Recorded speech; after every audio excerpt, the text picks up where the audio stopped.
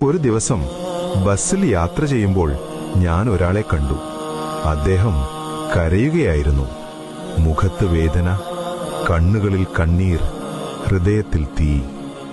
ഞാൻ ചോദിച്ചു, എന്താണ് സംഭവിച്ചത്? അദ്ദേഹം പറഞ്ഞു, എനിക്കൊരു മകനുണ്ടായിരുന്നു. അവനെ ഞാൻ വലിയ വിദ്യാഭ്യാസം നൽകി. വലിയ സ്കൂളിൽ പഠിപ്പിച്ചു, വലിയ കോളേജിൽ പഠിപ്പിച്ചു. അവനെ ഒരു IAS ഓഫീസറാക്കി. എന്റെ സ്വപ്നം, എന്റെ അഭിമാനം, എന്റെ സന്തോഷം. പക്ഷേ ഒരു ദിവസം അവന് പനി ബാധിച്ചു. അവനെ ആശുപത്രിയിൽ പ്രവേശിപ്പിച്ചു. മൾട്ടി സ്പെഷ്യാലിറ്റി ആശുപത്രി. വലിയ ഡോക്ടർമാർ, വലിയ ചികിത്സ. പക്ഷേ ഇപ്പോൾ ഡോക്ടർമാർ കൈയൊഴിഞ്ഞിരിക്കുന്നു. അവൻ രക്ഷപ്പെടാൻ സാധ്യതയില്ല. ഞാൻ മകന്റെ അടുത്തേക്ക് പോയി. അവന്റെ കൈ പിടിച്ചു. ഞാൻ ചോദിച്ചു, മോനെ, നിന്റെ അവസാന ആഗ്രഹം എന്താണ്? അവൻ പറഞ്ഞു, ഉപ്പച്ചി, എന്റെ എല്ലാ ഡിഗ്രി സർട്ടിഫിക്കറ്റുകളും ഒന്ന് കാണണം. ഞാൻ ഓടി. എല്ലാ ഫയലുകളും എടുത്തു. School certificate, college certificate, IAS certificate, achievement award എല്ലാം അവന്റെ മുന്നിൽ വെച്ചു.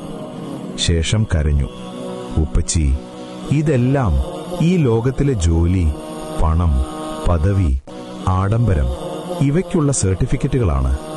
എന്റെ ജീവിതം ഇവിടെ അവസാനിക്കുകയാണ്. പക്ഷേ എനിക്ക് വേണ്ട യഥാർത്ഥ സർട്ടിഫിക്കറ്റ് ഇതിലൊന്നുമില്ല. ഞാൻ ചോദിച്ചു, അതെന്താണ് മോനെ?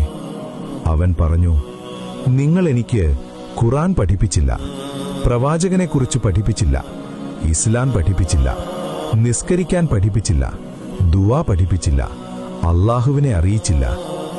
ഞാൻ വെറും കൈയോടെയല്ലേ പോകുന്നത് ഉപ്പച്ചി? അള്ളാഹുവിന്റെ മുന്നിൽ ഞാൻ എങ്ങനെ നിൽക്കും?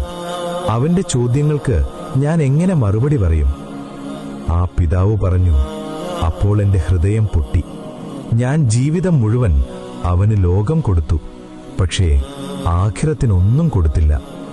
എനിക്ക് ബോധം വന്നപ്പോൾ സമയം കഴിഞ്ഞിരുന്നു. മാതാപിതാക്കളെ, നമ്മളും ചിന്തിക്കണം.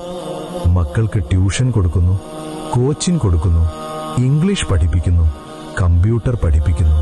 പക്ഷേ നിസ്കാരം പഠിപ്പിച്ചോ? ഫാത്തിഹ മനപ്പാഠമുണ്ടോ? ഖുർആൻ വായിക്കാൻ അറിയാമോ? പ്രവാചകനെ അറിയാമോ? ഹലാൽ ഹറാം അറിയാമോ? ഈ ലോകത്തിലെ സർട്ടിഫിക്കറ്റ് ഖബറിലേക്ക് വരില്ല. Job letter, bank balance, rank, position ഒന്നും കൂടെ വരില്ല.